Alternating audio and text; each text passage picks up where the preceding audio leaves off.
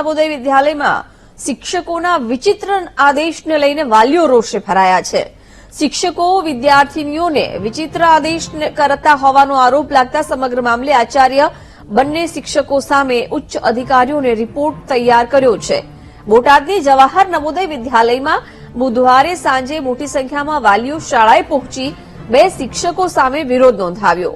તેમનો આરોપ છે કે શાળાના શિક્ષક જેડી સોલંકી અને હિતેશ પરમાર વિદ્યાર્થીઓને એકલા આવવાનું કહેતા હોય છે। કંઈ પણ કામ કે કાર્ય માટે શાળામાં જ્યારે વિદ્યાર્થીનીઓ તેમની સહેલીઓ સાથે શિક્ષકો પાસે જાય છે ત્યારે તેમને એકલા આવવાનું કહેવામાં આવતું હોવાના આરોપ લાગ્યા છે, જેને લઈને શિક્ષક જેડી સોલંકી અને હિતેશ પરમારને શાળામાંથી કાઢી મૂકવા અથવા બદલી કરવાની માંગ ઉઠી છે।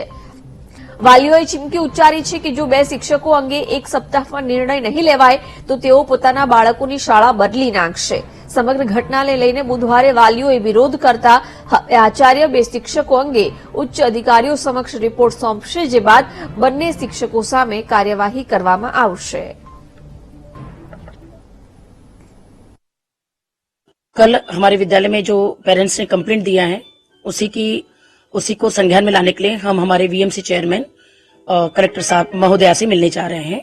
उसके बाद में जो उचित हमें निर्देश दिए जाएंगे उसके हिसाब से कार्य किया जाएगा।